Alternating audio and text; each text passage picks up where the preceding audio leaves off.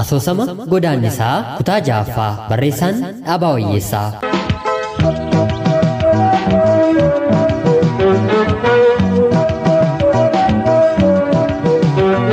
Yoo shama akkam jirtu kabajamtoota hordoftoota qophii Oromiyaa 24 nagayaaf jaalallii tokkummaan bakka jirtan hundumaatti hunduma keessaniif yaatewichaa guyyaa har'aas hawwiidhaan kan eegaa jirtan asoosama godaannisaa kutaa ja'affaa isiniif qabadheen dhufeera. Laayikii fi sheer gochuun hanga xumura qophii kanaatti na waliin turaa jecha namoonni chaanala keenyaaf haaraa taatanillee anaa dhufuu kun Oromiyaa 24 guyyaa guyyaatiin xalayaa jaalalaa seenaa jireenyaa fi asoosama nama barsiisuu bashannansiisuu danda'u isiniif qabattee waan dhiyaattuuf sabiskiraayib gochuun maatii keenya taatanii isinillee seenaa jireenyaa xalayaa jaalalaa akkanumallee asoosamaa yoo of harkaa qabdan karaa lakkoofsa bilbilaa keenyaa diskiripshinii viidiyoo kanaa jalatti argamuun nuuf ergitanii irratti hirmaachuu dandeessu jecha kallachumaan gara asoosama keenyaatti.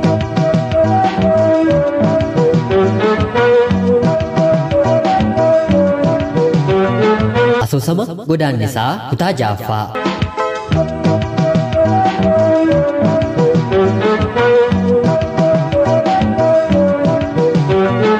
Balbala irra gaheen harka koo walitti rukutee dubartiin tokko mana bunaa keessaa achii as natti baatee maal ajajamu jettee na gaafatte. Cuunfaa burtukaanaa tokko as fidii koommee yogguun ishee jedhu haaya jettee duubatti deebite. Dubartii magaala dheertuu rifeensi mataa ishee duraan dheeraa kan ta'u faashiniidhaaf amma gabaabbatee waan filameeru fakkaata. Akka daaddoo kaasaa hin baay'atiin malee halluu diimaa kanas bitaa fi mirgaan unachuusaa caalaatti rifeensa bara kanaa fakkeessee jira. Funyaan ishees gamaa gamanaan uramee akka dubartii kaazaa qoraattii xaddee yookaan ammoo callee aadaa miti malee warqeen bareedinaaf hojjetame funyaan isheetti suuqamee jira. Gurra ishee lamaan irras waanuma akkasiitu mul'ata. Lootii warqii isa gadi rarra'u sana qofaa utuu hin taane achirraa xiqqool siiqee gurri ishee uramee warqeen itti suuqameera. Diriyaa dheeraas waan uffatteef qaamni isheellee keessaa ni bareeda. Mudhiin isheen ni qal'oon yeroo ol hiixatee deebi'u luqqeettuu ishee isa isheen beekaa bitaa fi mirgatti taphachiistu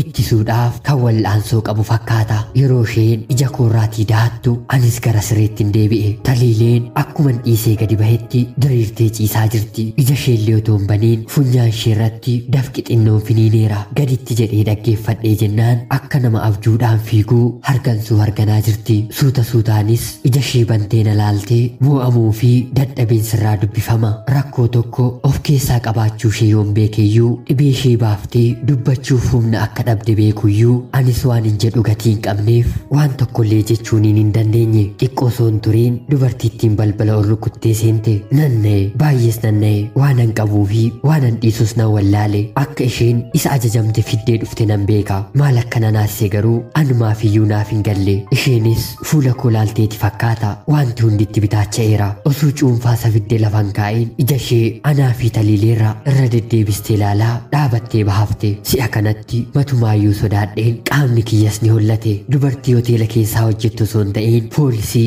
nama qabee seeratti nama dhiyeessu fakkaattees natti argamte. Maal taate boo jettee yeroo na gaafattu eenyu ani moo jedheen ol jedhee yeroo isheen laalu isiin kaa jettee naa deebiste. Xiqqoo ni dhukkubaan jedhee yeroon deebisuu fi maaltu ishii dhukkuba jettee yeroo na gaafattu na dhaare. Hin beeku narraa'us jechuunii fedheen otuun baasiin hin deeffadhe. Deebii tokko malees callisee ishee ilaaleen isheenis fuula ishee ibsitee taliileedhaan sireerratti ilaaluurraa kan hafe gaaffii sana deebistee nan gaafanne. Ajaa'ibam jettee qarqara sireerra taliilee maddii teesse. Ani immoo ka'een balbalarra dhaabadhe. Haaya abshir ka'eekaa cuunfaa kana ofirraa dhugi jettee yeroo dubbattu taliileen osoomaan deebisiifiin ija ishee bantee ol ishee ilaaltee calliste. Ammas dabaltee abshir ka'eekaa jettee yeroo gaafattu taliileen of hin danda'u jettee deebistee fi dubartittiinis ija ishee gara kootti deebistee maqaa ishii eenyu jedhanii jettee na gaafatte. Taliilee jedhamti jedhee deebiseefiin eessa kee si dhukkuba taliilee maaloo naa himikaa jettee yeroo gaafattuuni mataa koo jettee deebistee fi taliileen kootti ol qabi kaa aboo haa teessu jettee na gaafatte. Gara kootti galagaltee dubbadhaa ga'een anis suuta ol qabee dhaqni ishee baay'ee ho'ee dafqa roobaa jira.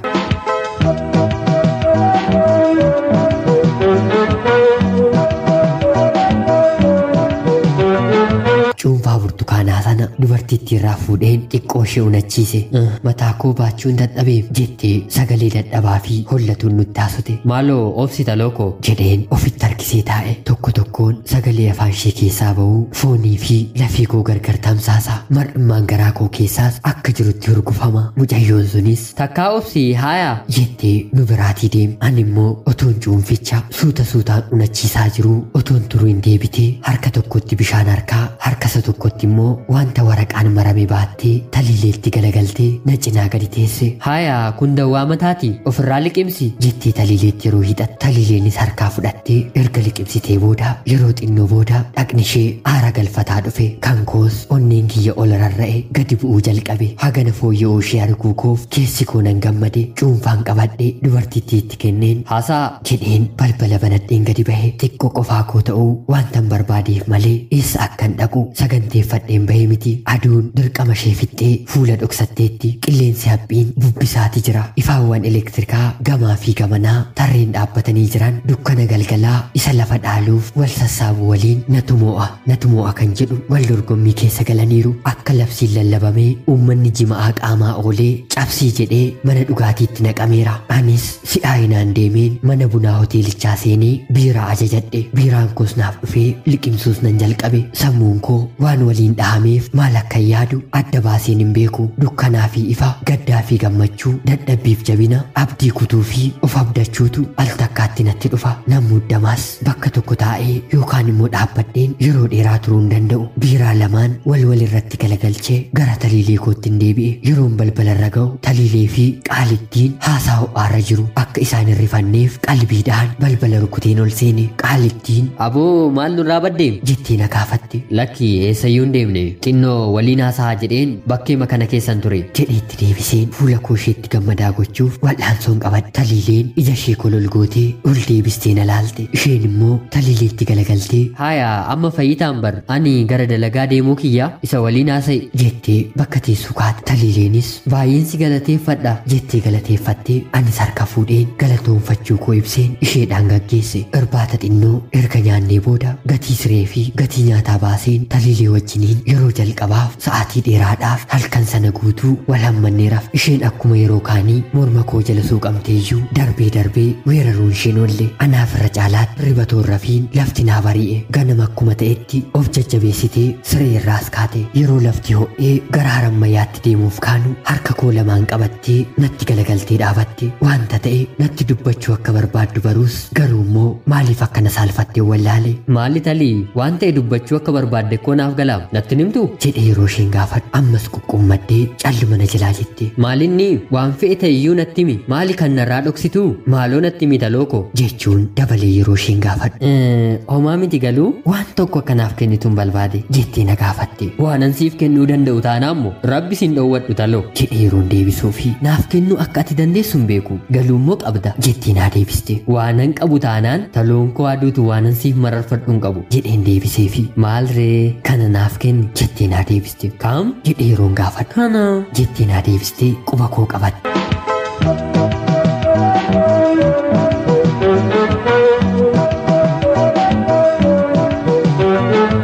Haalli ishee anaan baay'isee na dinqe. Qubeelaadha. Qubeelaa qubaa meetiirraa akka foo'aa micciiramee hojjetame. Dur obboleettii koo kuulanii harkaan fudhe. Obboleettiin koo garuu eenyurraa akka isheen fuutee hin beeku. Tarii haadha koorraa fuuteetti ta'uu ni danda'a. Haati koo immoo eessaa fiddee hin beeku. Dur natti bal'ata ture. Amma qubni koo itti guutee jennaan na mudduu jalqabeera. Quba koorraa baaseen quba taliileetti kaa'e. Boo kana waan guddaa gootee mamteere ittiin yeroon ishee jedhu baay'een si galatoonfadha. Naan guddaa isaa na gammachiisa. Ulfina guddaas naaf qabda jettee ija gammachuu ibsuun quba ishee irratti ilaalte. Ulfina kee caala moo jedhee yeroon ishee gaafadhe. Eeyyeen naaf ni caala jettee naa deebiste. Gadi jedheen adda ishee yeroon dhungadhu isheenis deebii isaa nan dhorkine deebistee na dhungatte. Dubartii sana dubbisnee deemuuf barbaannee waamnaan daftee nuu dhufte. Haaya hin badiinaagaa maqaa kiyyaa Raaheel jedhanii hoggaa dirree dhuftan na dubbisaa jettee anis maqaa kootti mee galatoonfannee deemne. Sababa maallaqni narraa dhumeef erga sanaatii deebinee dirreen deemne. Mooraa yuunivarsiitii keessatti garuu osoo waliin argeen hin oollu. Ana caalaa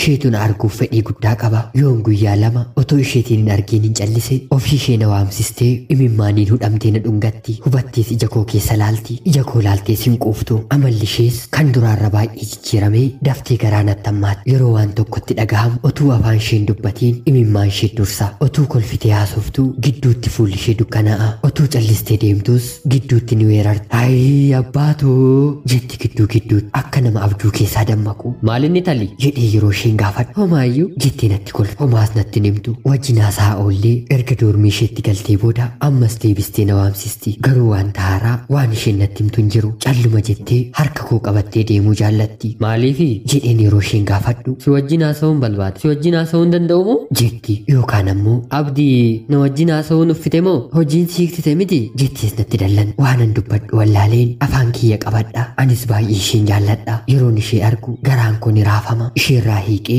gonkumaa turuu hin danda'u. Garuu akkaataan ishee kun sammuu kiyya jeeqaa dhufe. Utuu kanaan jirruu gaaf tokkos akkas ta'e raajii uumame kana abjuun illee yaadeen beeku. Qormaanni seemisteera tokkoffaa kennamuudhaaf jecha torbee lama qofatu hafe. Guyyaa kibxataa galgala keessa yeroo taliileen na waamsistu akkuma yeroo kaanii haasaadhaaf jedheen daddafee deeme. Yeroon ishee bira ga'u akkaataan ishee akka durii natti ta'uu dide. Fuulli ishees akka ji'a duumessaa keessa dhokatee bahuu ammas dhokattee baatuu dukkanaa'ee ifees dukkanaa'e. Keessa ishee keessatti akka wal'aansoo yaadaan jiru hubachuun naman dhibu. Anis harka ishee qabeen maal taate taloo jedhee yeroo isheen gaafadhu homaayyuu jechuun hidhii ishee gargar bantee sagalee hullatuun dubbatti. Ni dadhabdeere lakki si dhukkubeere yeroo jedhee isheen gaafadhu mataa ishee bitaa fi mirgatti sochooftee mallattoo miti jedhu natti argisiif. Maal taate ree jedhee yeroo isheen gaafadhu calli jettee yogguu isheen lafa laaltu ija ishee isa gurguddaatti qolli ijaa gad uwwifamee ija imimmaan calaleen ol jettee ija koo erga laaltee booda yeroo deebitee lafa laaltu imimmaan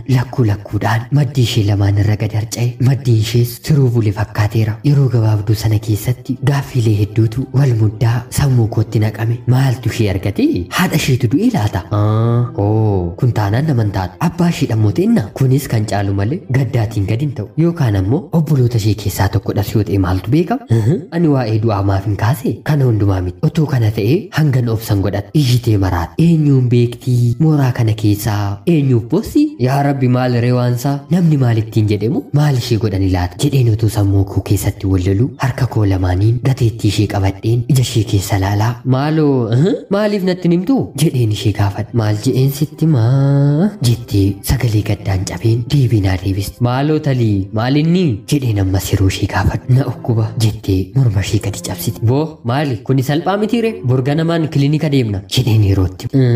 Achis deemee laa innoo waan bilaa ta'e jettee naa deebiste. Otoo mataa ishee waliin qabatiin maalinni taliilee maaliif hibboonatti gootaa jettee yeroo isheen gaafadhu. Galaa keetti hafenaan jedhanii jettee yeroo isheen naa deebistu akka nama kaballaan rukutamee ija kootti diimaaf gurraachi uwwifame. Laftis na baatee sirbe. Urjiiwwaniif jiinii na dhokatanii duumessa jalatti baqatan akka niitii loox karaarratti daaraa ta'e naf. Akkamitti ta'uu danda'a? Ani gonkumaa kan amanuu hin danda'u. Hin ta'u malee gonkumaa kuni ta'uu hin danda'u jedheen akka nama maraatee qofaa koon lallabe. Isheen na bira dhaabachuu isheeyyuu irraanfadheen jira. Takkaa ol jettee na laaltee of duubaan narraa deemtee dhaabbatte. Maalinni kun ta'uu hin danda'u ani namanu jedheen ammas yogguun gungumu harka ishee lamaaniin fuula ishee qabattee gara doormii isheetti fiigde. Ariitiidhaanis fooqii mana ciisicha dubartootaa yogguu isheen irra geessu anis duubatti galagaleen fiigichaadhaan gara baatiitti baatii magaala farsoof daadhe. Cuunfaa burtukaana waan harkaa fuudhanne mangoo sun lafaanne waliin bashannanne.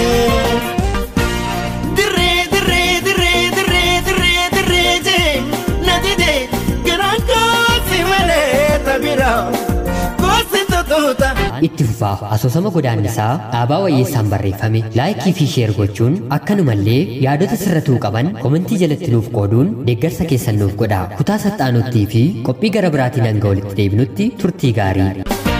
Yaa garameela sinna mi'aawa akka shankora sininaasawa situnaadawa sininaasawa yaa bareedu.